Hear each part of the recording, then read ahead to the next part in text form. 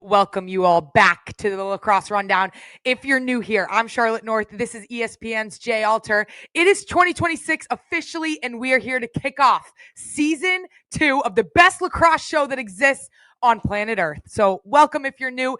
If you are back for more, thank you guys for being here. This is the best community, and we are officially kicking off January in style. Let's go.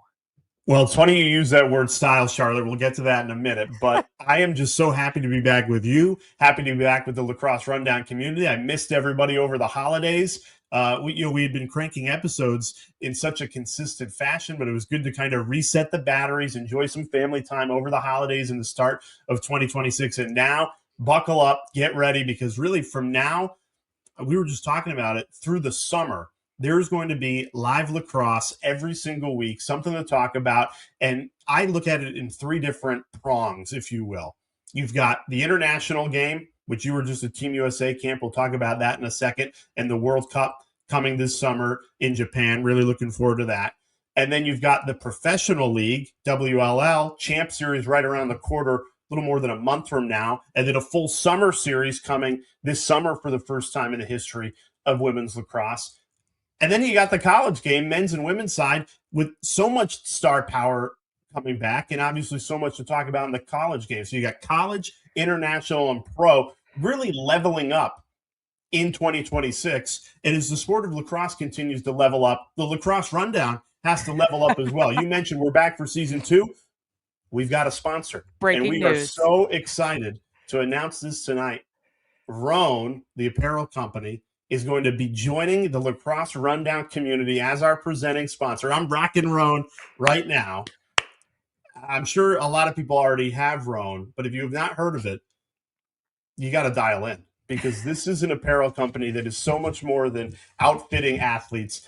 It's something that in my community, it started right around the corner. They're headquartered in Stamford, Connecticut, right next door to Darien, where I grew up.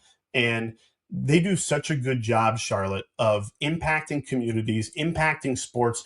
They are so committed to the mental fitness of the athlete. And it is such a perfect partnership, because you read their mission statement and it says performance-driven apparel made by and for those in pursuit of progress. And when I think about what we do every Tuesday night on the Lacrosse Rundown, we are pursuing progress in the sport of lacrosse. We created the first lacrosse show that was a weekly conversation about this sport. So, Rhone, thank you. The perfect partnership, and we are so excited to see where 2026 takes us. We couldn't be more excited, more aligned with their mission as a company, as a brand, so much more than just the apparel that they have. But if you are a lacrosse player or any athlete out there, whether you're going to your local gym, local workout class, or you're just going for a walk, or you're going to hit the field to play lacrosse and train with your teammates, this stuff seriously is the best. So you guys got to lock in, dial in,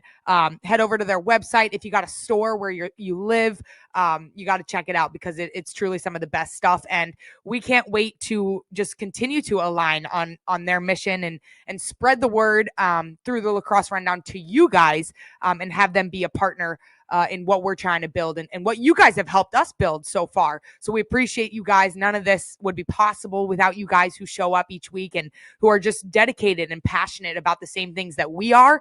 And what better way to get into the best time of the year than to do it with a partner like Rhone, and just to get excited about all that's to come, because you get through the holiday season and it's so awesome to reset and refresh. But then, football is ending. All the things that happen in the fall and the winter come to a close. And every single time this time of year rolls around, I get so excited, because it means lacrosse is starting. And that's really the premier event from here on out in the world of sports, coming in spring and through the summer. So I hope you guys are as excited as I am. I know some of you guys might be in your preseasons. You might be practicing with your teams for the first time this week. A lot of colleges got right to it today, on Monday, Sunday, even Saturday. So some teams are back. They're doing their run tests. They're getting their first practices in. It literally is the best time of the year. And that means broadcasting season is upon us very, very soon as well. So we can't wait. We're so excited. And shout out to Rhone. This is going to be an epic year. And we've got some really exciting things in the works with Rhone already. We can't wait to tell you about them as this year continues to unfold. But Charlotte, I want to get right into it. We mentioned the international game. Couldn't help but notice you were crushing it in Texas with Team USA. Looked like an outstanding training camp. So just wanted to hear from you, boots on the ground. What was it like to be in your home state, wearing that Team USA with all the best players in the world? Let us know if you are a Texas resident in the chat, because my home state, like Jay mentioned, it was so cool to fly down to Texas with my teammates, with the coaching staff, and with all of USA Lacrosse, and be there. And honestly, we had open practices, open sessions each time we took the field, and that meant any teams, any fans, anybody connected to the sport could come and watch. And we had some awesome people come and show up, and we got to meet them after practices. There was a USA Lacrosse sort of informational, educational seminar meeting of the minds, I would call it, for the youth game and the high school game in Texas.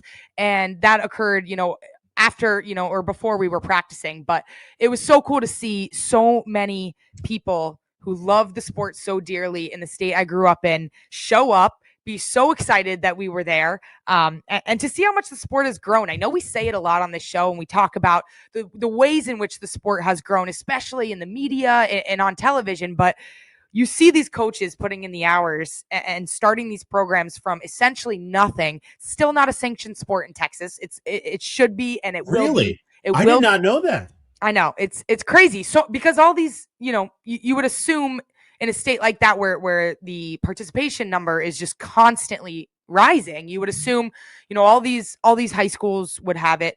But of course, there are barriers to the sport that we've talked about as well. The barriers to entry, the cost, the difference in regions that there might be more resources than others. And so it was just so cool. We were actually in Austin, Texas, and I grew up in Dallas. And Dallas and Houston sort of had more of a strong lacrosse presence in the past, but we show up to Austin and it felt even bigger and better. And it was so cool. I saw a ton of young girls with grit lacrosse pennies or jackets on, and that was the club team that I played for. So it was such a special thing. And of course, it was so competitive. It was just an unbelievable vibe at training camp, as it always is. I feel so honored to be able to take the field with those girls, and to be able to compete against them, and to be able to compete with them, and just to go show up and try to make each other better. And so, an honor to be there, and especially cool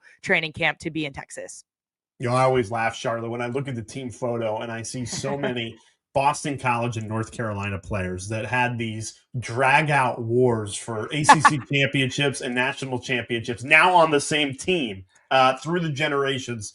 I know there's a lot of other amazing colleges represented on Team USA, but those are the two programs that, for me, just litter the roster, and now playing together for their country, so special. And a lot of those players that were on Team USA also were picked up in the waiver wire. We're talking about the program game, and this is something we're all going to adjust to as the WLL really blossoms in the year 2026. Is this is the first time that in the history of women's lacrosse you've got a waiver wire. So yep. in preparation for the 2026 championship series, you've got these 4 teams that have decided, hey, we got to shake up our roster. We got to bring in some talent, whether it be a collegiate player that's now available in the player pool or a player that was unavailable a year ago.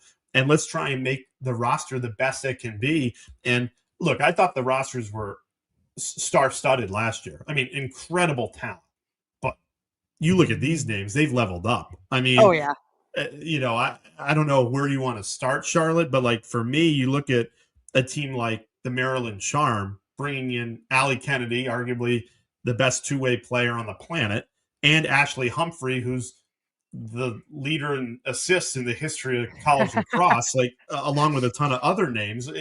It's just incredible how loaded the Champ Series is going to be in February. It's crazy to think about. And that's what you want for the professional game. Now with the WLL, every year the player pool is going to get more talent from the college game, more talent from all the pros that are continuing to level up their game season to season.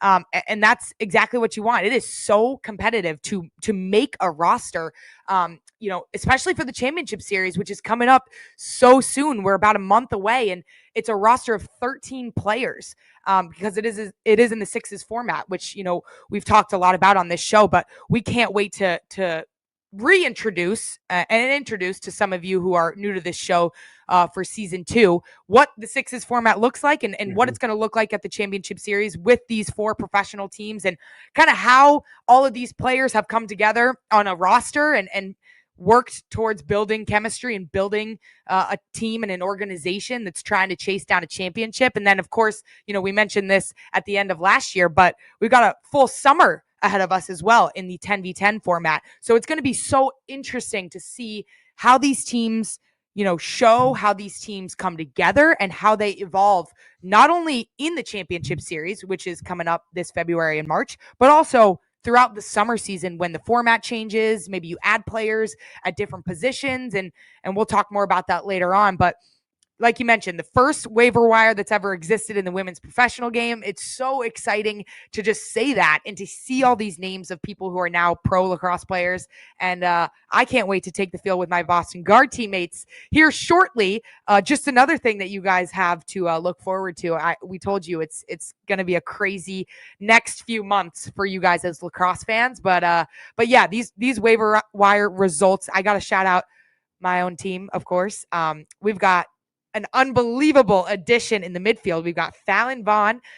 If you guys do not know, you got to go look her up. She was one of the best two-way midfielders as well, who played at Yale, just graduated. She was a part of that historic senior class that really took Yale from one level to the next, and they won an unprecedented amount of games. They made runs at the Ivy Championship and won an Ivy title, won Ivy regular season titles, and made it to the Elite Eight in the NCAA tournament. And so we called a bunch of her games together. Yes, we did. And it was really special to be able to find out we were going to be teammates. And then Maddie Burns, we got defender who played at Michigan. I remember watching her college career. I've now had the honor of being able to compete against her at Team USA training camps and with her, of course, and watch her just dominate the defensive position. And then we got Brittany Reed, Britt Reed, who is a goalie who's had an unbelievable career, both professionally and internationally. She plays for Team England, and she is just a stud. So got to shout out my team, and I'm just so thrilled with these additions. No, honestly, every roster got better, and that's what you want for a league. You talk about leveling up and progress. That's how you do it, right? You raise the talent level, which when you look at these waiver wire transactions, every team has done. I want to give a shout out to the California Palms. Anna Brandt. I mean, you bring in Anna Brandt. She's a difference maker. Yeah. From Penn. She's built for sixes, too. Yeah. Goes two ways. She's going to be a special player. Ellie Macera from Stony Brook. I mean, just a gifted scorer that's going to make an instant impact. And then for New York, you go in and grab Chase Boyle, another great two-way player, and Katie Goodale, who was one of the best defenders in recent memory for Syracuse. So every team got better. Outside of Boston, let's put them aside. We don't need any more guard love here. Okay. What was the most impactful pickup, you think, on your 3 other teams there? Man, I don't know. You know who I was really impressed with and just, was watching on the other side of the field, didn't get to play with her, played against her at the WLL All-Star game this past summer in Kansas City, was Sam Smith. I remember, of course, another name we've called so many of her games I can't even count while she was at Northwestern. But I think she's someone who could have a really long career professionally. I think she's a midfielder that played, I would say, almost 80% of every game she played in. Like, she did not come off the field in her time at Northwestern. It felt like she was nonstop. She wouldn't come off the field for anything, and she also made an impact while running. Yeah, a sneaky scorer too, right? Yeah, no, she's talks a threat. about her impact in the midfield and obviously the draw control, where she was the best to ever do it. Maybe, I mean, in the WL All-Star game, she put on a clinic. Yeah, but a sneaky scorer, finished for sure. probably better than than most attackers. Oh my gosh, yeah. I remember the impact she had at the Final Four championship weekend last year. Like she was one of the biggest reasons they went on that run to the national championship game because of Oh, her impact absolutely. all over the field. And last year Northwestern had Madison Taylor. They have her returning again this year for her final senior season. But when Madison Taylor was being locked off and face guarded in early double teams and whatnot, it was Sam Smith stepping up every single year, being that dodging threat from up top, the presence in the midfield that balanced out the attack. And so to see her join, obviously the New York Charging, but a team filled with a lot of Northwestern alums, I think that was a great pickup for them, and I'm excited to see just her pro career on the whole. And I'm excited to see the impact she has at the next level. That's a great point, because when we found out the WLL rosters last year, we saw all those college connections. And, I think what was really interesting about New York is blending that Syracuse and Northwestern rosters. Well, now you've added, one Syracuse player in Katie Goodale and one Northwestern player in Sam Smith, but you also have two Loyola players getting in the mix, and Jillian Wilson and Chase Boyle. So these rosters will continue to evolve. Obviously, these rosters are going to take a huge jump even between Champ Series and the Summer Series, as obviously they'll have to expand as you go from sixes to more of that full field 10v10 format. But awesome to follow, and just awesome that we're talking about it, right? Again, a year ago, as excited as we were for Champ Series, we almost didn't know what to expect, right? It was like, this is interesting. Let's see how it's going to go. And now you've got a full-fledged league with a waiver wire. I can't wait. I mean, if you guys in the chat right now are coming to Champ Series, you've bought your tickets, let us know. I mean, it's going to be even bigger and better than it was a year ago in our inaugural championship series. I cannot wait. Everybody's getting ready. Everybody's preparing to be the best that they can be, and to be the best version of themselves, the best teammate they can be, day in and day out, because we're, like I said, almost a month out, which is just crazy to say. Everybody has had, that date of the first day at championship series on their calendar, circled, bolded, underlined, and we're almost there. So it's nuts. I hope you guys are excited. I hope to see some of you guys there. And of course, the Lacrosse Rundown, as we did last year. Can't wait to bring you guys the inside scoop at WLL Champ Series. Yeah, fired up for that, and fired up for the beginning of the college season, which will begin a month from now, which is crazy. There are some awesome matchups early in the year. I can't remember a year, Charlotte, where week 1 and week 2, you had so much firepower. You'd always have like maybe one marquee game, but there are so many marquee games early in the season. So we're excited to talk about that. And one thing that we're working on right now, I cover college football and college basketball. There's media days, right? And I wanted there to be a Lacrosse Rundown Media Day. So we're working with the ACC right now to finalize hearing from players and coaches ahead of the season. So if there are questions that you guys have, drop them in the chat. What do you want to know ahead of the 2026 college season? Because, Charlotte, I was thinking about it. Obviously, we expect there to be the big three again of BC, UNC, and Northwestern. But what's the quote-unquote second tier? Yep. I had a dozen schools written down. No, same. 12 schools fighting for that fourth and final four spot, or we could have the year where one of those big three don't make it, because that's how deep and competitive the college landscape seems to be. And I think what's most exciting is that every team is going to look vastly different than they did last year, but the storyline kind of remains the same in a sense that it's a pattern. Those three, North Carolina, Northwestern, and Boston College, those three remain the premier teams until someone says otherwise. And, that's been kind of the story for the past 5 to 8 years. And it's been each team for those programs each year has looked wildly different. And that's what's so fun about seeing them take the field for their first game in February, is understanding how they're different, but why they're still so successful and why they are able to remain in that top tier conversation. But then I think about, one of the first games of the season that I cannot wait to watch. Maryland plays Syracuse. Like, yes. that is those are two teams that will look different again. Syracuse has a new coaching staff. They've got new talent, some people coming off of injury that will make an impact. There's just so many storylines. And then Maryland, they have their younger players like Kayla Gilmore and now Corey Edmondson, who's a senior.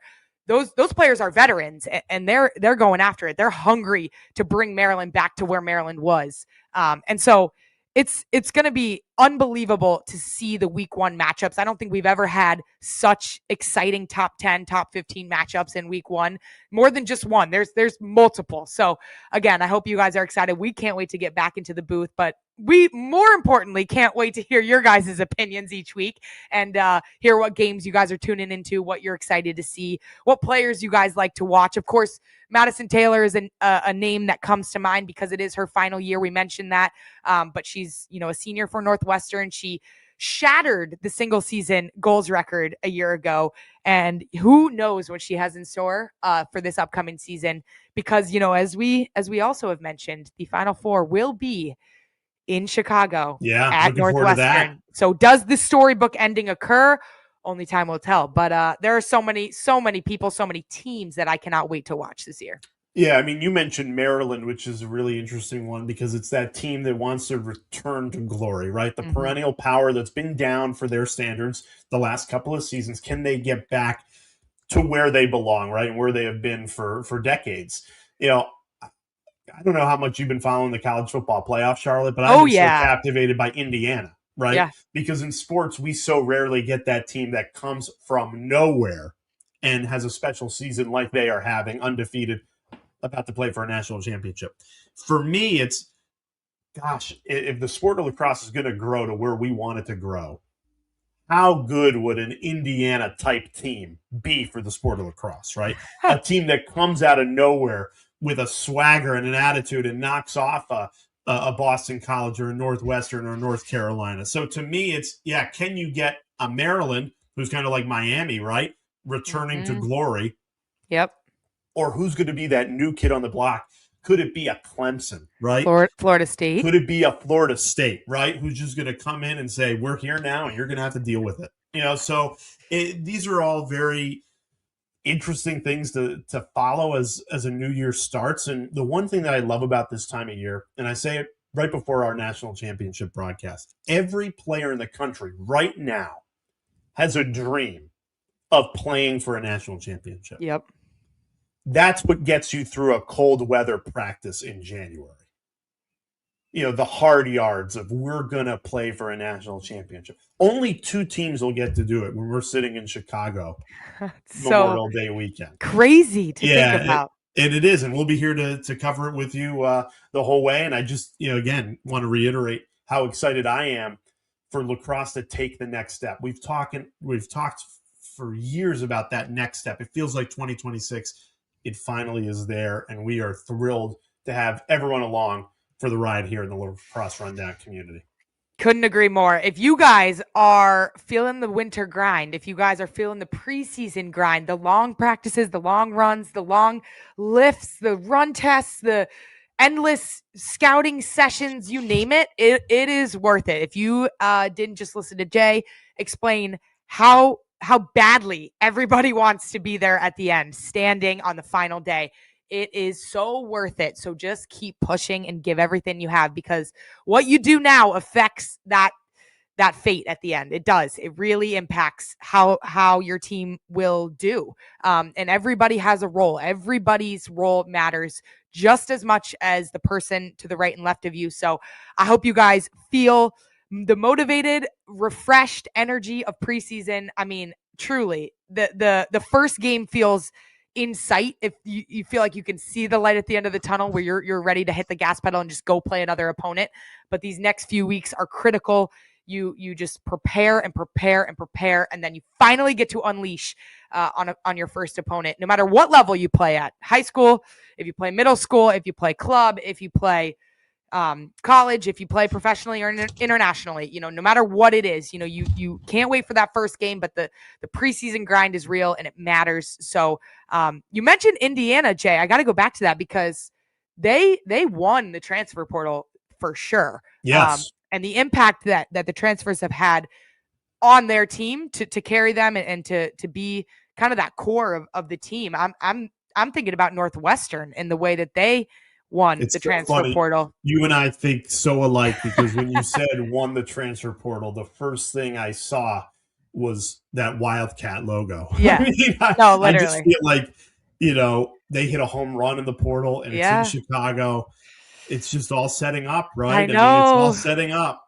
That's why we love sports, though. We'll never know until we live it. That's why we Yeah. love it. Yeah. But could you also have another Big Ten team like Penn State with a new Ooh. coaching staff pop out of nowhere and be that Kurt Signetti? Can we get Kayla Trainer to channel a little Kurt Signetti? Can we That'd get be can we amazing. get that going? That'd be awesome. Can't wait to Uh, see them debut with the awesome coaching staff under Kayla Trainer. The Nittany Lions to see what they have in 2026. The Big Ten is heating up. If we talk about the ACC, the Big Ten is also it's going to be. we get accused of ACC bias on this show, and I think it's because we broadcast the ACC for Yes. ESPN. We do not have the rights to the Big Ten. Charlotte Yes. and I would love to call the Big Ten all season long. The Big Ten is Yes. fantastic. We are contractually not allowed to. So Yes. it is not bias. We love the Big Ten. We do. We just cannot call their games unless they want to come back to ESPN, which we would love. But we also love talking about them on this show. So we love showing the highlights of the Big Ten here and Selection Sunday, one of my favorite days of the year with you and Mrs. Birch, she and Sam McBirch, the Hall of Famer, where we get to see all of the teams achieve their dream of making the tournament in May. So if that's not motivation enough, I don't know what is. You guys are in for a treat. We cannot wait for the ride of the 2026 college season as well as the professional season. But just lax all day, lax. So the first college games are February 6th, if I'm not mistaken. Yep, they are. February 5th, Charlotte, Ooh. we are going to kick off the lacrosse season. Here comes a special Are announcement live. Are you sending it? I am sending it. We didn't know if we were going to do it, but we're unleashing it right Let's here, do it. live on a Tuesday night. More breaking news. More breaking news. Wes, get the breaking news logo.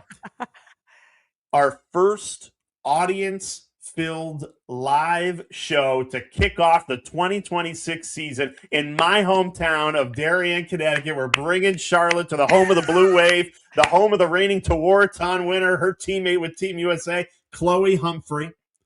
The Lacrosse Rundown will be live in front of an audience. We've got information on it. We're going to throw it on the screen right now. There it is. I am fired up for this, Charlotte, and we can't wait to share our love with lacrosse live. So if you're in the Fairfield County area, tri-state area, get your tickets. It's going to be an awesome night. Literally bringing this show to a stage near you guys. So if you guys are anywhere, really, that's, I guess, driving distance to this location, I would encourage you guys to come out. We're going to be live on the stage. We're going to have fun things intertwined into our first live show. We cannot wait to reveal what will be happening at this live show. It's going to be awesome. It's exactly what you guys would probably expect from the Lacrosse Rundown, with some awesome guests, some fun giveaways, all the things as we kick off literally the day before the NCAA season in the best way possible. But yeah, there it is. The bombshell of news has dropped, and we're having our first live show. We will also be having all this information on social media, so you guys look out for that. The link to get your tickets will also be in the description of this video. So if you guys are interested, just click that link. It's going to be super simple, and we hope to see a lot of you guys there in person for our first ever live show. Let's go. I am so fired up, and thanks again to our friends at Rhone for helping make this possible. They are fired up. They will be there, and we're really looking forward to kicking off the 2026 season right, and plenty more to come. Honestly, this is, obviously it's January, but it truly is just the beginning, and just so fired up. Charlotte, you're the best. This community we have built is the best, and let's do it. 2026, the year of lacrosse. I literally cannot wait. And it's all because of you guys. Again, we can't reiterate that enough. Thank you for showing up. Thank you for being there for season 1. It was more than we could have ever imagined when we started this thing back in February of 2025. But now we're headed into season 2, even bigger and better. Shout out to our awesome producer, Wes, who makes it all happen for you guys, and you, Jay, for being an awesome co-host. It's so much fun. It truly is the highlight of the week, and best part of the year is coming up, and we can't wait to share it with you guys. So thank you guys. Have a great rest of your night, and we'll see you next week.